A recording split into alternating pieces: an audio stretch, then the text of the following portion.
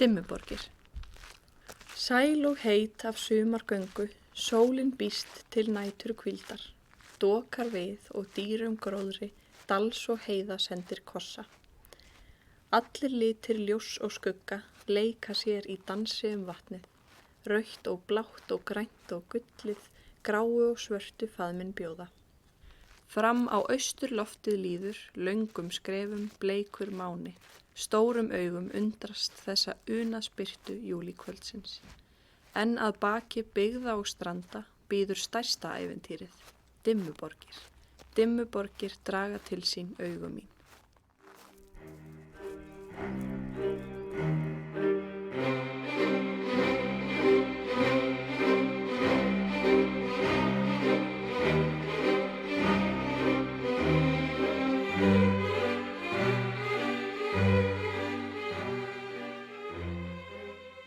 Já, komið sæli kæru hlustendur, þið eruð að hlusta á hlaðvarpið Jakobína skáld á skökkum stað, þar sem við köfum ofan í verk rithöfundarins Jakobínu Sigurðardóttur og reynum að setja þau í stærra samhengi. Í fyrsta þætti þessa þáttaraðar ræddum við lifandi vatnið og í síðasta þætti tókum við snuruna fyrir. Í þessum þriðja og síðasta hluta þáttaraðarinnar ætlum við að kveðja skáldsögurnar og skoða ljóðin hennar. Mitt í sælli kvöldsins kyrrð lít ég átök lífs og dauða, langa skugga vetrar nátta, heitar óskir hvítra brjósta. Hungur göngur manna og dýra, bjartan draum í vöggu voðum, verjast nöktum kjúkum feigðar. Beru rjóður, blómum þakið, brosir við og laðar augun, en í hnakkan gráðugt gusta, grimmar sjónir bleikrar vofu. Lífsins dýrð og dauðagrunur, Dimmuborgir, fyrst og hinst. Mér finnst Jakobína ná stemningunni í Dimmuborgum svo vel í þessu kvæði. Nú veit ég ekki hvort það sé einhver að hlusta sem hefur aldrei komið þangað og veit kannski ekkert hvað Dimmuborgir eru. En þær eru sem sagt mjög sérstakar hraunmyndanir austan megin við Mývatn, vinsæll áfangastæður ferðamönnum, ekki bara sumrin heldur líka í desember, því að jólasveinarnir búa nefnilega í Dimmuborgum og eru alltaf til í spjall og stuð á þeim árstíma. Hér er engin áttavildur, engin stígur hinum fremri, allar leiðir, laða og hrinda, ljós og dul í hverju spori. Og með heitri eftirvænting áfram brýst þú töfrum numin, við hvert leiti opnast augum undur nýrra kynja heima.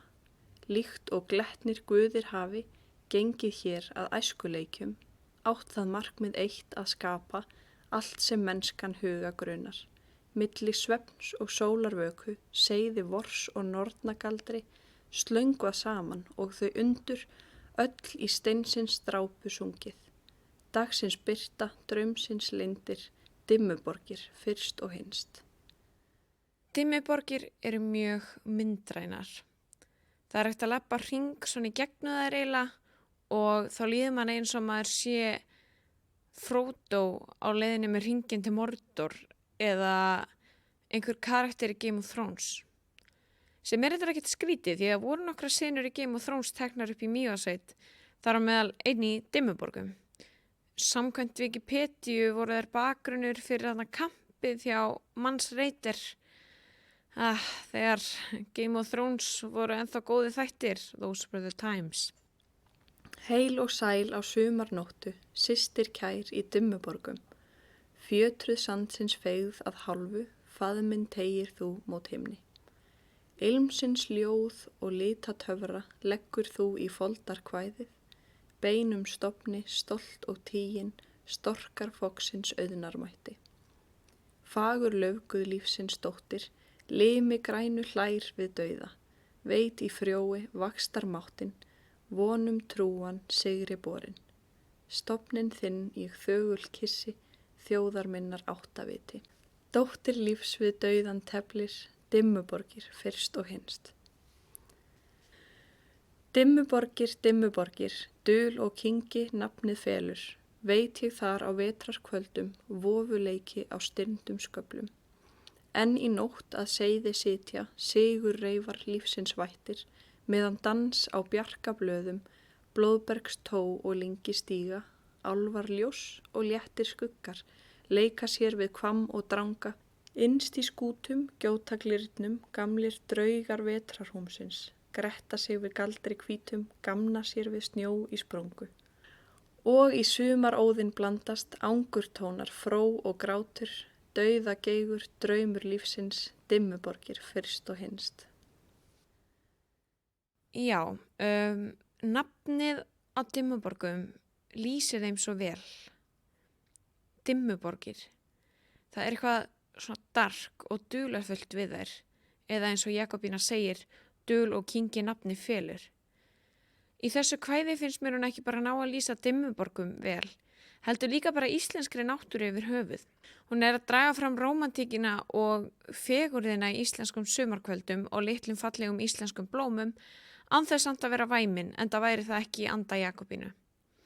Eins og bara fyrstu línurnar, sæl og heit af sumargöngu, sólin býst til nætur hvíldar, dokar við og dýrum gróðri dals og heiða sendir kossa. Þegar maður heyrir eða les þetta, getur maður svo vel ímynda sér að maður sé stattur einhvers staðar úti á íslenskri sumarnóttu.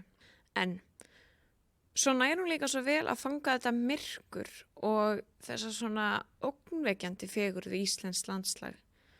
Hún tengir þá hliði náttúrunar mikið við alls konar þjóðsagnaelement eins og í línunum veit ég þar á vetrar kvöldum, vofu leiki á styrndum sköflum. Og þetta styrndum sköflum er svo óþjált og svona gróft, eða skilji hvað ég meina. Þú veist, reynið að segja hratt 5 sinnum í röð, styrndum sköflum, styrndum sköflum, styrndum sköflum, styrndum sköflum, styrndum sköflum. Mjög óþjált og þessi óþjáli frasi eykur enn meira á þetta grófa og ógnvekjandi við náttúruna sem hún er að lýsa. Af því líka ef maður spáir í það, þá er hægt að segja að íslensk náttúra sé óþjál.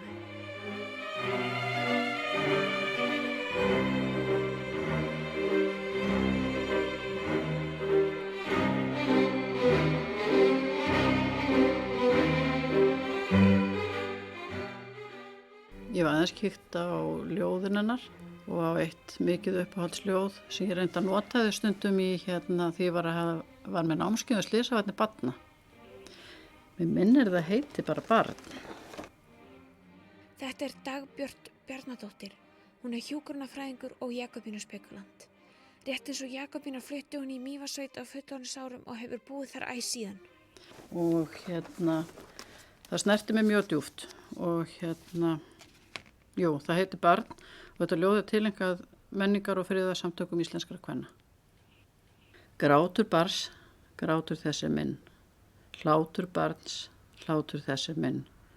Hugur þess hlær í augum mér, hjarta þess slær í brjósti mér. Lítið barn, daginn út og inn, órótt barn, angrar huga minn. Dvelur verk, brosir bjart og skert, glepur verk, grætur þjáð og sært. Hvaða barn? Barn af konu fætt, mannsins barn, allra manna ett. Myrta barn, móðir þín er ég, helsært barn, hugun þín er ég.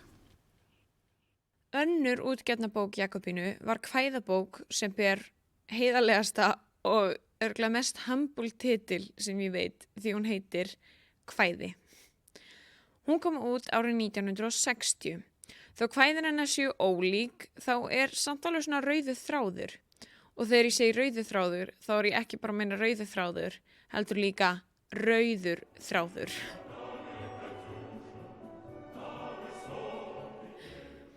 Mörg ljóðin eru nefnilega rammpólitískar ádeilur, flestöll ádeilur á erlenda hersetu á Íslandi. Þá er hún oft líka að ávarpa áheyrjandan í ljóðinu sem á basically að vera íslensk þjóð og samfélag. Hún ávarpar oft með því að nota orð eins og bróðir, systir og önnur fjölskylduorð sem ég held að sé til að minna Íslendinga á að við erum öll eitt og eigum að standa saman þrátt fyrir að við séum ólík innanborðs. eins og fjölskyldu gera bara. Og þegar ég segi standa saman, þá meina ég standa saman gegn erlendu hervaldi og kapitalisma á Íslandi. Hér er brot úr Morgunljóði. Ég hrópa mitt ljóð út í húmið, dagurinn nálgast. Heyrirðu óminn af svefnrofum vaknandi líða. Löng finnst mér andvakan orðin, í kolsvörtu myrkri ól ég þó vonin dagróðans ljómandi fögnuð. Vaknaðu, félagi og vinur, því dagurinn kemur. Við skulum leiðast til móts við hann, greið honum brautir. Hönd mína áttu, hrist af þau drungan af augum. Hár mitt er slungið til bogastrengs örvarnar hvestar. Lít hendur þínar og herra þíns, sérð ekki munin? Hver hefur lagt þessar götur, steypt þessa veggi? Hver hefur byggt þessar brýr, hver reist þessa skóla? Börnum okkar til mennta, seg mér hver glímdi við ægistætur og hrifsað úr helgrepum þeirra, hafdjúpsins gull? Hver barðist við drepsóttir eldgos og hallar rétt sinn til landnáms og lífs í sveitum? Landsins okkar, þú, og hver eru launin? Þegar þú skrifaðir ævisöguna, Jakobína, Saga skálds og konu, uppgötaðir eitthvað nýtt svona svona verkin hennar sérstaklega, svona bókmennta, var það eitthvað sem kom þér á óvart þegar þú varst að skrifa þetta? Já, ég held að mig alveg fullir það. Ég held ég hafi verið að segja þér áðan hvað ég hafi verið lélega að lesa og stúdera verkin hennar, þannig að ég var auðvitað að uppgöta þau upp á nýtt. Þetta er Sigríður Kristín Þorgrímsdóttir. Hún er sagnfræðingur, rithöfundur og dóttir Jakobínu. Hún skrifaði ævisöguna Jakobína, Saga skálds og konu. Og ég uppgötvaði ábyggilega eitthvað svona til dæmis tilurð, einhverja smásagna og ýmislegt svona. Og svo ljóðin hennar voru kannski stærsta uppgötvunin af því að bara það sökkva sér inn í þennan ljóðaheim og reyna að tengja þessi ljóð og ljóðin sem ég var að finna, það var líka mér hulinn heimur, sko. Hvað finnst þér svona einkenna ljóðin hennar? Mér finnst bara sum ljóðin hennar svo falleg og sterk. Og í pólitísku ljóðin hennar þá er þarna ljóð sem heitir Morgunljóð. Já. Sem að mér finnst bara alveg ótrúlega flott ljóð. Mér finnst það flottasta baráttuljóðin hennar. En það er ekki kannski það sem var síðan haldið mest á lofti eða samin lög við eitthvað svoleiðis. Og síðan bara svona sterk ljóð eins og þarna ljóðið, nú man ég ekki hvað það heitir, sem að, Kvödd lítil ljúf sem að hvergi hefur birst fyrir inn í bókinu minni. Þar einmitt birtist hjá henni sko það er þessar andstæður, ljós og skuggi, von og sorg og allt þetta. Birtist svo, það birtist svo vel í þessu ljóði að þetta er ægileg sorg að missa barnið sitt þegar það er 5 ára. Ég get bara, það var hægt að hugsa sig verra. En það er samt einhvers staðar einhver vonarneisti. Og það er líka í næturljóðinnar sem að dauðan og það að þú hverfur á braut og lífið heldur áfram. Þannig að ég er svolítið hrifin af því að mamma, það var einhver bók sem að, ég man ekki svipinn eftir hvernig sem að heitir Frídagur frú Larsen og svona hræðileg raunsæis saga sem að mamma las. Og mamma sökti sér honi í svartsýnisköst svona alltaf á til.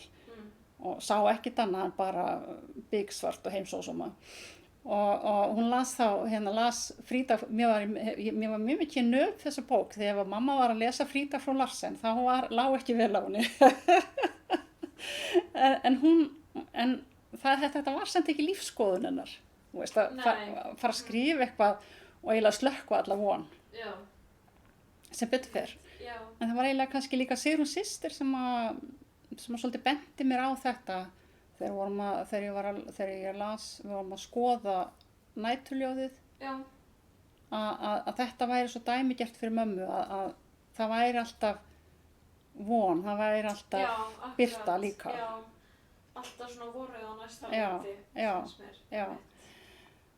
Og ég var svo sem búin að kannski uppgöta þetta áður en ég skrifaði þessa bók, en ég gerði þetta samt svolítið að mínu, að draga þetta svolítið fram. Já, en það svona alltaf einhver svona þungi Já, yfir þessum ljóðum. Já, svona, sko það tregi.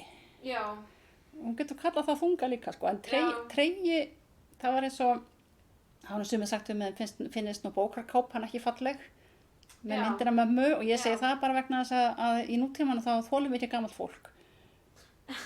Nei, alveg, það var bara gamalt fólk og hrukkur og svona, það var bara á ekki, ég var alveg svolítið hissa, það var ekki ég sem að stakk upp á því að nota þessa mynd á kápuna. Það kom frá forlaginu.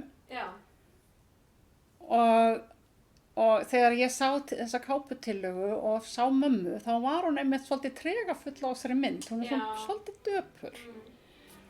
En það fylgdi henni tregi. Það alveg rétt. Já, þó það sé tregi yfir flestum ljóðum Jakobínu, þá vorið samt alltaf á næsta leiti.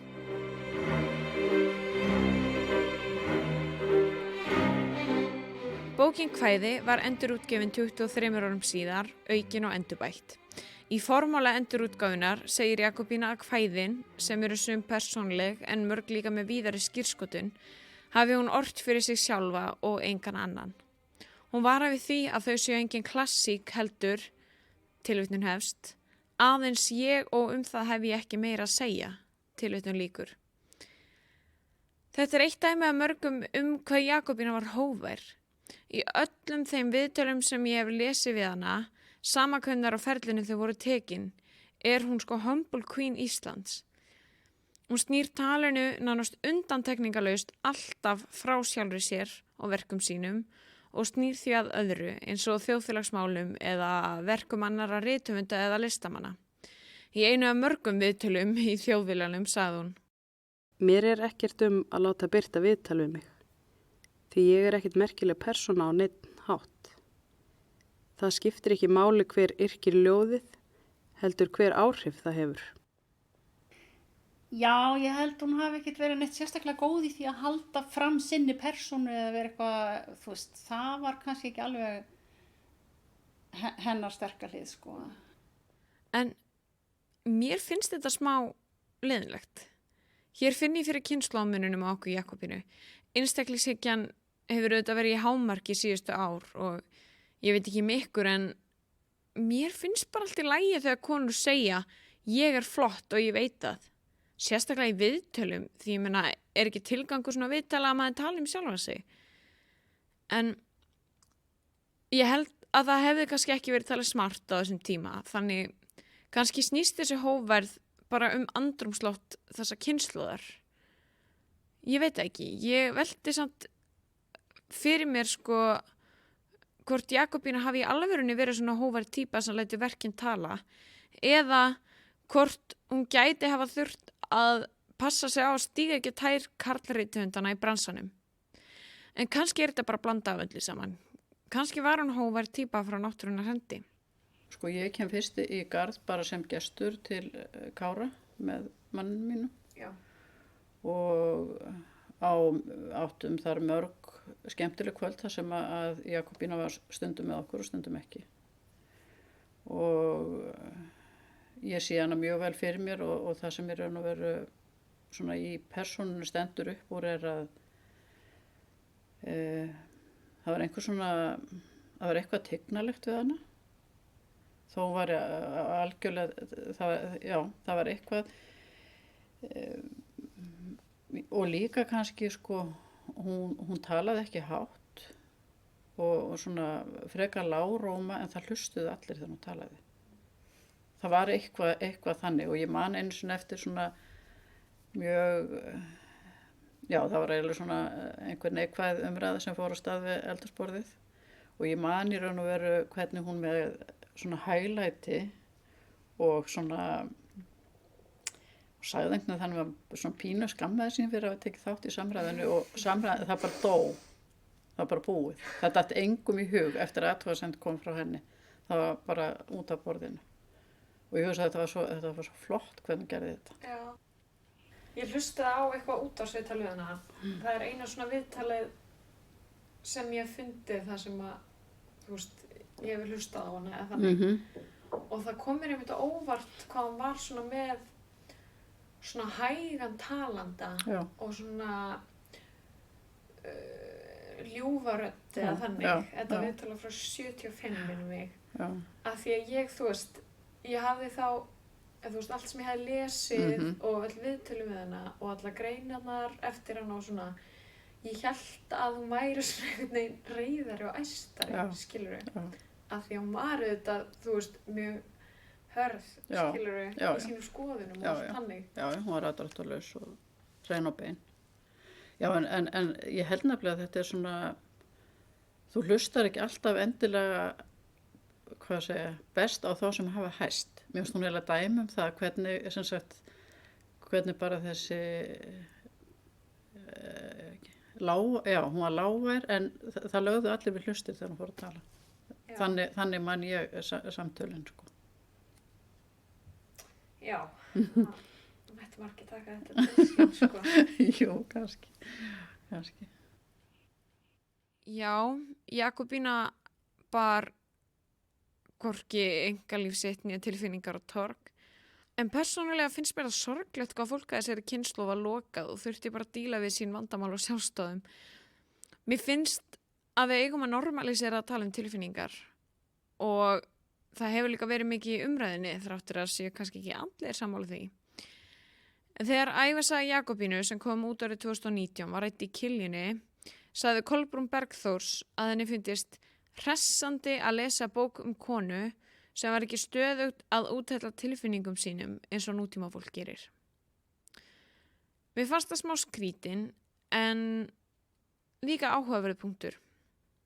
Persónulegasta verk Jakobínu er klálega í Bardómi sem Jakobína kláraði rétt áður hún lést og kom út árið seinna. Það er endurminningabók þar sem hún fer aftur á bernsku heimili í huganum, þá orðin gömul kona. Bókin er virkilega falleg og snertir svo sannarlega við manni þrátt fyrir að virka lítil og látlaus þegar maður sér hana fyrst. Hún er dýrmætt gjöf í litlum pakka. Svo er hún líka bara merkileg heimild heimilislíf á Hornströndum á fyrir hluta 20. aldar. Ég mæli með að byrja á henni ef þið ætlið að lesa eftir Jakobínu. Hún er kannski svo bók sem nær til flestra, held ég. Ég hef séð fólk minnast á hana í einhver skipti í minni uppáhalds og wholesome Facebook-grúpu, bókakaull umræða góða bækur. Þannig ég mæli með í Bardómi. En, sem sagt, Jakobína er líka persónuleg í ljóðunum sínum, sömu meira en öðrum samt. Stundum er hún berorðum tilfinningarnar en oftast klæðir hún þær í annan búning og það verður maður að ráða á táknunum.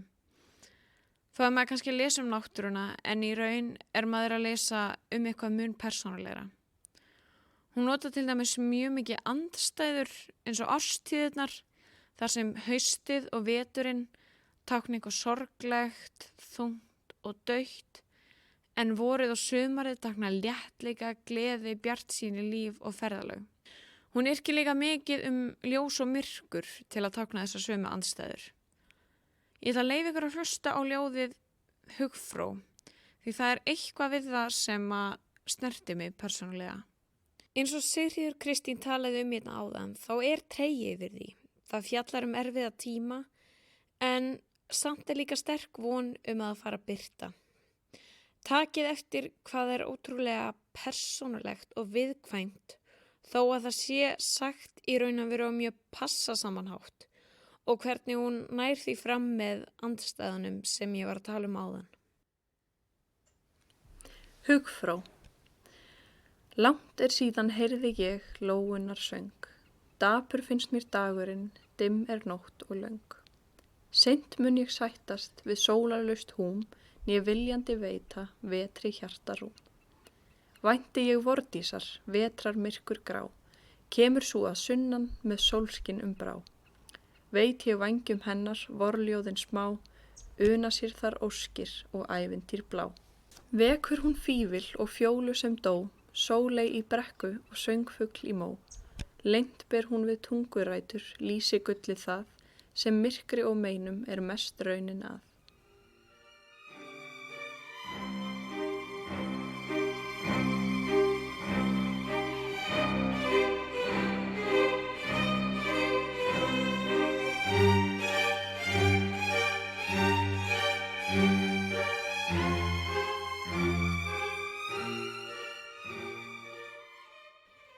Ég er engin ljóðasérfræðingur og hef litla tilfinningu fyrir því hvað telst vera góður kveðskapur og hvað ekki. Og ég veit ekkert hvort bókmenntafræðingar myndu segja að ljóðin hennar Jakobínu væri góður kveðskapur eða ekki. En ég meina að það skiptir líka engu máli hvað bókmenntafræðingar segja þegar allt kemur til alls. Fyrir mér er það þetta samanlega sem hún kemur svo vel til skila og færir mig til að tengja við ljóðin. Og skiptir líka ekki mestu máli hvað maður fær út úr lestrinum þegar allt kemur til alls. Það finnst mér allavega. Lifandi vatnið tengir mann við fortíðina, snaran lætur mann hugsa að hvaða leyti maður lokar augunum þegar maður ætti að láta í sér heyra og þegar maður les kvæðin tengir maður við tilfinningarnar sem Jakobína yrkir Kannski ekki allar en allavega margar þeirra og manni líður svo vel að finna að maður er ekki einn með tilfinningar sínar. Þetta gerist kannski flest allt í undirmeðvitundinni við lesturinn en það þýðir samt ekki að það geti ekki haft raunveruleg áhrif á mann. En ég velti líka fyrir mér hvort ég og viðmælendur mínir, sem virðast líka vera svona snortnir af ljóðunum eins og ég, tengjum sérstaklega við þau því það sé ekki bara eitthvað sammannlegt, heldur líka samkvenlegt sem hún kemur til skila. Hafa svona þessi persónulegri ljóð hennar meiri áhrif á mig því ég er kona og Jakobína var líka kona. Eða það sem ég kannski frekar spá, hefur bakgrunnur höfundar eins og svo staðreind að Jakobína var kona og móðir sem bjó í sveit og sinnti hefðbundnum kvenhlutverkum, hefur bakgrunnurinn einhver áhrif á verk höfundar og skilning lesenda á þeim. Hversu mikið er alltaf erfitt að segja og að sjálfsögðu stýrir þetta ekki og á ekki stýra viðtökum og lestrarbókunum. Þetta er Ásta Kristín Benediktsdóttir. Hún er nýdoktor í íslenskum bókmenntum og er mikill Jakobínu sérfræðingur því hún skrifaði meistararitgerðina sína verk hennar. Svo var hún líka Mývatnssveit. En það er ekki einmitt, það er ekki þar með sagt að þetta skipti engu máli og ég held að það til dæmis hafi skipt Jakobínu alveg örugglega mjög miklu máli að hún var húsmóðir með stórt heimili, 4 börn, í sveit, í samfélagi sem var ekkert alltaf kannski neitt rosalega gott við hana. Og svo framvegis eins og Sigríður Kristín hefur rakið í bókunum hana, að það var lífið henni Jakobínu ekki mjög auðvelt alltaf. Og allt þetta hefur alveg örugglega haft áhrif á verkin hennar. Ég hef líka svolítið verið að velta fyrir mér hversu mikil áhrif það hafði á hana. Hún var ekki menntuð eins og hún hefði kannski viljað verða. Hún hafði ekki sömu tækifæri og til dæmis Svava Jakobs. Ég er alltaf að bera hana saman við Svövu einfaldlega bara af því að þær voru samferða að skrifa verk, mjög merkileg bókmenntaverk á sama tíma en voru í gríðarlega ólíkri aðstöðu. Svava fór út til útlanda og menntaðist og var bókmenntafræðingur og hafði einhvern veginn svona tækifæri til þess að gera hluti sem Jakobína kannski hafði ekki út af því að hún var bara í öðrum aðstæðum. Hafði ekki efna á að klára námið eins og hún vildi og svo framvegis. Þannig ég hef svona verið að velta fyrir mig hvað áhrif þetta hafði á hana, sérstaklega varandi bóklestur. Nú veit maður til dæmis að Svava las bókmenntakenningar og alls konar bækur og hafði aðgang á öllu mögulegu, en Jakobína kannski minna. En ég held að þetta tengist allt í sama, ég held að aðstæður höfunda hafi alltaf áhrif á verkið þeirra. Síðan er það kannski okkar að ákveða sem lesendur og túlkendur hvort við ákveðum að láta það skipta máli eða ekki. Þú veist, hvort við ætlum að lesa verkin inn í svona ævi og reynslu höfundana eða ekki. Death of the author. Já. Og hvort veginn finnst mér getur verið áhugavert Það getur verið mjög áhugavert að lesa verk inn í, eins mikið maður getur inn í ævi og aðstæður höfundana. En það getur líka verið mjög áhugavert að gera það ekki. Það er þetta með að búa í Mývatnssveit. Þegar talað Jakobínu og verk hennar er oft minnst á hvað það sé sérstakt að hún hefði verið frá Hornströndum að búa í Mývatnssveit. en samt verið að skrifa svona framúrstefnuleg verk. Og ég skil alveg að fólki hafi fundist það sérstakt. Mývatnssveit var mjög einangra samfélag mjög lengi og bókmenntabransinn var mjög mikið í Reykjavík á þessum tíma og auðvitað enn í dag. Póstur var lengi á leiðinni norður, sérstaklega á veturna og það var ekki komin næstu sami hraði í bókaútgáfu þá eins og í dag. Hún var ekki komin að miklu leyti á netið eins og núna með lesbrettum og hljóðbókum. Við höfum kannski talað meira en nóg hugmyndir Sunnlendinga hvernig það var eða að vera rithöfundur í Mývatnssveit. Hvað ætli Mývetningum hafi fundist það og hvernig var það fyrir Jakobínu að búa og starfa í þessu samfélagi? Við skulum snúa að tala aðeins að Mývatnssveit. Já. Jakobína í Mývatnssveit og þetta samfélag. Hvernig leið henni þar, heldurðu? Sko, ég held að síðustu árin hafi mömmu ekkert liðið illa í Mývatnssveit, en henni leið ekki vel, henni leið náttúrulega bara ekki vel í Garði. Hún bjó við þessar erfiðu heimilisaðstæður og hún einhvern veginn, hún kom úr svo bara ólíku umhverfi, hvort heldur var það sem hún hafði verið á Suðurlandi eða á Hornströndum. Fólk var annar að gerða einhvern veginn. Ég held að samfélagi hafi bara verið allt öðruvísi. Mikið svona þingeyingar og mývetningar, mikið svona ættadramb og stolt af sögunni og hvað þeir voru miklir frömuður í einu öllu og menningar frömuður og svona, ægilega mikið stolt. Og ekkert að ástæðuleysu, þeir máttu alveg vera stoltir af þessu og meira. En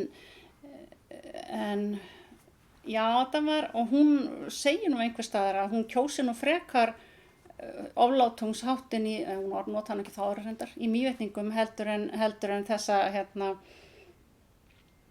hógværð og svona eiginlega vanmetakennd sem að henni fannst kannski einkenna sitt æsku samfélag. En hún bara einhvern veginn, hún bara féll ekkert að normunum hún féll ekki að kvennanorminu sem að var auðvitað að vera bara húsmóðir, eiginkona, móðir og húsmóðir eins og konur höfðu alltaf átt að vera. Þannig að það var henni fjötur fót og svo bara, eins og ég var að segja við þið, hún var kannski ekki málamiðlunum manneskja. Þannig að hún átti ekkert rosalega auðvelt með að laga sig að einhverjum siðum. Og hún þrammar þarna inn á kvenfélagsfund með einhverja pólitíska yfirlýsingu, einhverja svona undirritunar, eitthvað skjal frá menningar og friðarsamtökum kvenna og vill að kvenfélagskonurnar skrifi undir. En þær upplifa þetta bara sem einhverja svona vinstri innrás ábyggilega. Þannig að henni neitaði að bera málið upp á fundinum og þá segist hún ekkert hafa þarna meira að gera og fer bara. Þannig að þetta var bara svolítið annað hvort eða. Já. Þær voru ekkert að taka henni vel en hún var ekkert tilbúin að fara að laga sig að þeirra gildum. Já. Þannig að ég vil ekkert endilega bara skrifa það á reikning mývetnska samfélagsins. Nei, einmitt. Þetta var svona samspil en ég vil samt forðast að vera að líta á hana sem einhverja svona einræna konu sem að gæti gegnast vini. Hún átti vini á Suðurlandi, hún átti vini í Reykjavík, þannig að augljóslega gat hún eignast vini. En í Mývatnssveit þá voru það meira karlarnir en konurnar, sem sagt vinir pappa í sveitinni, karlkyns, urðu þá kannski vinir hennar. Já. Þannig að hún var bara einfaldlega einmana. Já. Hún var mjög, og ég meina hún var ekki í daglegu sambandi við fólki sitt, það var jú sveitasími og allir hleruðu og þú gast ekki átt neina almennileg samtöl við fólkið þitt og það var dýrt að hringja og langt að fara, hún komst eiginlega aldrei suður og eiginlega hefur þetta verið alveg hræðilegt. Já. Ég bara sé, í mínum huga, þá finnst mér þetta bara að vera eins og vera settur bara dæmdur til fangavistar. Já. Nei, ef þú hugsar þetta, þú býrð þarna í einhverjum húskofa, niður í kjallara, niður gröfnum og eignast þar þín börn og þú hefur eiginlega engin almennilegan tengilið við umhverfið nema mannin þinn og tengdafaðir þinn hatar þig sko. Og reyndar, ég má nú ekki alveg gera fólki rangt til því að það var náttúrulega afasystir mín á næsta bæinn á Kálfaströnd sem að mamma átti alltaf að. Já. En allavega þetta einhvern veginn svona og þú ert einhvern veginn ekki að falla inn í samfélagið og hefur engin almennileg tengsl við umheiminn.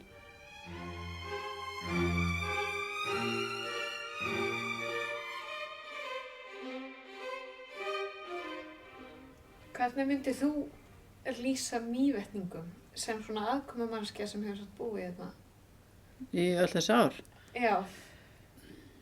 Það var mjög vel tekið á móti mér þegar ég kom hingað. Ég held að það hafi kannski markast af því hvaða vinnu ég fór í. Ég er hjúkrunarfræðingur og réði mig á heilsugæslu þar sem hefði ekki verið hjúkrunarfræðingur við störf í einhver tíma nema bara í hlaupum. Og mér var sagt, ég var vör við af flytingað. Ég myndi fara alveg í úlfagrefju og hér væri hver höndin upp á móti annarri og ég upplifði það aldrei.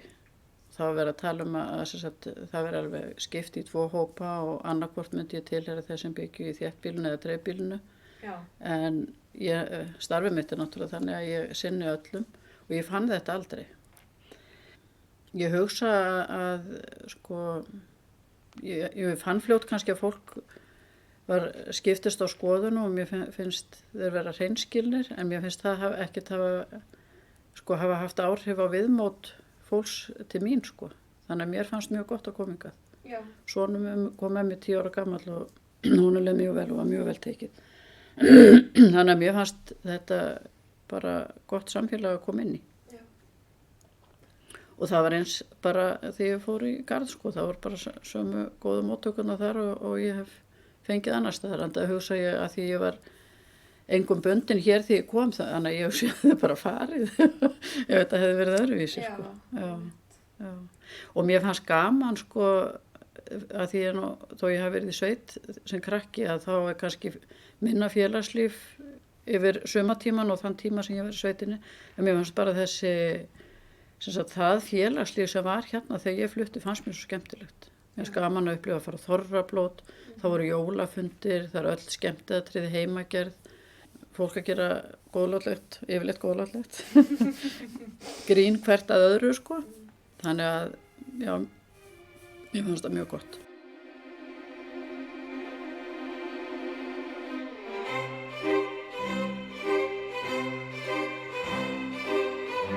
Þegar ég var búin að ákveða að gera þetta hlaðvarp, fór ég að segja við vini mína sem eru á mínum aldri.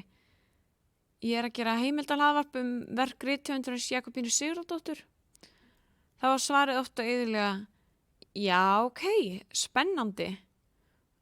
Svo aðeins lægra svona, en hver er þessi Jakobína?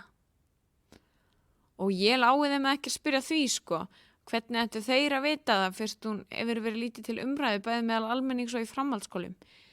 Ég vissi ekkert meira fyrir nokkrum mánuðum síðan. Við uppað þessara þáttaraðar talaði ég hvað ég hálf skammaðist mín fyrir að hafa ekki vitað neitt Jakobínu Sigurðardóttur eða verkanar. Ég get allavega að skammast mín aðeins minna núna og ef þið vissu ekki neitt áður en þið byrjuð að hlusta, vona ég að þið hafi allavega lært eitthvað smá Jakobínu. Ævisagan Jakobína, saga skálds og konu sem kom út fyrir síðust jól, kom Jakobínu dálítið aftur í almenna umræðu finnst mér og nú er ég að gera hlaðvarp hana og verkin hennar, þannig það er ákveðið Jakobínu Renaissance í gangi. Það er nefnilega mín tilfinning að hún hafi gleymst dálítið umræðinni, sérstaklega því hún var svo mikill forbildingar sinni. Og þá meina ég ekki umræðu bókmenntafræðinga, heldur bara almennri bókmenntaumræðu. Mín tilfinning er að hún hefði fallið pínu milli skips og bryggju í umræðu íslenska bókmenntir 20. aldar, en Ásta er reyndar ekki alveg sammála mér, hún er jákvæðari. Heldur þú að nafn Jakobínu hafi svona einhverju leyti fallið milli skips og bryggju í svona umræðum bókmenntir 20. aldar? Hún hefur ekki gleymst. Það er alveg nokkuð ljóst. Jakobína hefur alls ekki gleymst og á síðustu 10, 20, 30 árum hefur ýmislegt verið talað og skrifað hana. Og akkurat í dag er fjarri því að segja hún hafi gleymst og það er bara mjög myndi ég segja frekar mikil umræðu hana og meðutund hana meðal þeirra sem er að fjalla bókmyndir. Hins vegar held ég að það hefur kannski ekki alveg alltaf verið fjallað hana á þeim forsendum sem að, þú veist, maður kannski hefði viljað. Þú veist, eina ástæðan fyrir því að ég skrifaði mína ritgerð var að mér fannst einmitt vanta umræðu hana sem mótenista og sem formbyltingarhöfund. Og ég stend ennþá með því að það var alveg rétt þá þegar ég fór að skrifa ritgerðina. Þannig að kannski á einhverjum sviðum má segja að hún hafi kannski ekki byrjus gleymst en kannski fallið aðeins svona farið neðar í umfyllinni heldur en maður hefði kannski viljað. Þannig að þetta er svolítið flókin spurningi. Ég get ekki svarað hana með já eða nei, en ég held að öll umræða hana hefur allavega aukist mjög mikið á síðustu árum sem er gott. Þannig að ef hún hefur fallið milli skips og bryggju þá er það allavega búið fiska hana upp. En ég veit ekki alveg hvort það sé hægt að draga þá ályktun að Jakobína endilega hafi sjálf fallið milli skips og bryggju. Heldur snýst þetta meira það bara hvort ákveðin tímabila eða svona eða bara ég ger mig ekki alveg fullkomlega grein fyrir hvernig hvaða hugmynd fólk fer með út framhaldsskóla akkurat núna íslenska bókmenntasögu til dæmis. Af því að það breytist náttúrulega bara eftir hvað er kennt og hvaða kennarar að kenna og allt svoleiðis. Ef við horfum bara á það þá held ég held að Jakobína sé til dæmis ekki kennt mikið í framhaldsskólum. Þannig að mér finnst ekki skrítið að fólk komi út á framhaldsskóla og vita ekki endilega hver hún er. En það á nú við dálítið marga aðra höfunda líka. Já, það var svolítið tilfinning mín að svo væri og við ræddum þetta heilmikið við Ásta Kristín þegar hún náttúrulega kom og talaði við mig þegar hún var að gera þessa ritgerð sína, rannsókn á verkum mömmu og já, það var nú kannski kveikjan að því að ég fór að skrifa þetta. Mér fannst hún vera týnd og ég er að vona að mér hafi tekist með þessari bók að svolítið að endurvekja áhuga á hennar verkum og ég held að það hafi tekist allavega tímabundið. En það er náttúrulega, ef maður hugsa málið þá eru náttúrulega mjög fáir hvort heldur það eru skáld eða aðrir sem að lifa af tímans tönn. Já, það er rétt. Og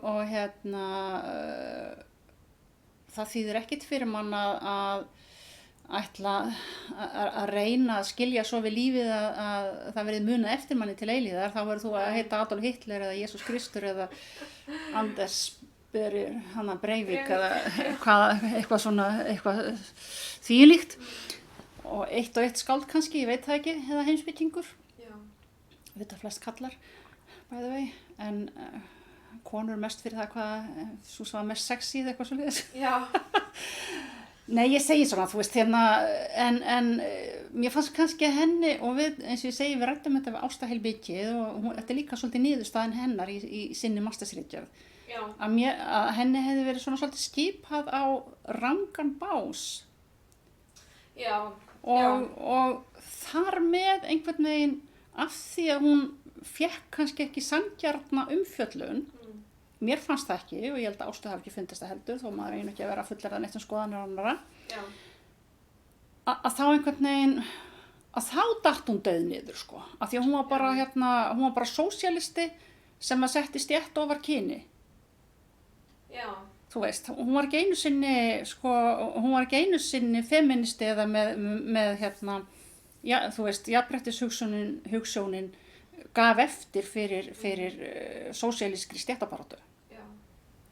Og náttúrulega bara tilraunirnar og allt það sko, svo lítið minnst á það. Já. Og til dæmis, það var til dæmis ein bók sem að bara týndist sem að var fyrsta bók hennar. Já, sagan af ævintýrið. Já. Og mér finnst þetta ótrúlega merkilegt af því að af hverju hún var strax í upphafi auglýst sem barnabók. Þegar útgefendurnir vissu vel að þetta var ekki hugsað sem barnabók. En kannski hafa þeir verið að hugsa, já hún selst kannski ef við gerum þetta svona. Já. Ímyndið mér.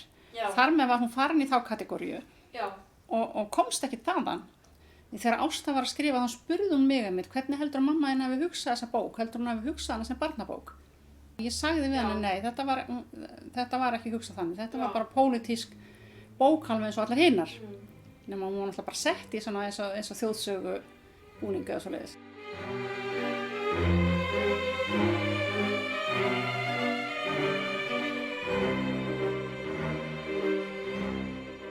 Þannig málið snýst ekki beint hvort Jakobína hafi gleymst eða ekki. Kannski svo spurning bara lítið að einstaklingshyggju. Það snýst meira hvort henni hefur verið skipað á réttan bás í bókmenntasögunni. Og það má fullyrða að svo hefur ekki verið. Hún var vissulega sósíalisti en hún var kannski fyrst og fremst forbyltingarsinni sem þorði að gera það sem engin annar var að gera. Og þar höfum við það. Við ljúkum þessum þriðja og síðasta hluta heimildahlaðarpsins Jakobínar skáld á skökkum stað, þar sem við ræddum kvæði, Dimmuborgir og endurkomu Jakobínu. Umsjón með þessum þætti hafði Valgerður María Þorsteinsdóttir. Ég þakka Elísabetu Sigurðardóttur, Guðjóni Þorsteinsinni, Margréti Hildi Egilsdóttur og Rósu Signýju Baldursdóttur kærlega fyrir upplesturinn. Þá þakka ég viðmælendum mínum Ástu Kristínu Benediktsdóttur, Dagbirtu Bjarnadóttur og Sigríði Kristínu Þorgrímsdóttur fyrir áhugaverð samtöl. Þátturinn var unnin í samstarfi við Þekkingarnet Þingeyinga og Skútustaðahrepp. Ég vona að þessi þátturinn hafi gefið ykkur smá innspót til að byrja að lesa eða að lesa meira eftir Jakobínu. Ég mæli svo líka með ævisögunni Jakobína sagaskálds og konu eftir Sigríði Kristínu ef þið viljið kynna ykkur ævi og feril hennar frekar. Takk kærlega fyrir að hlusta.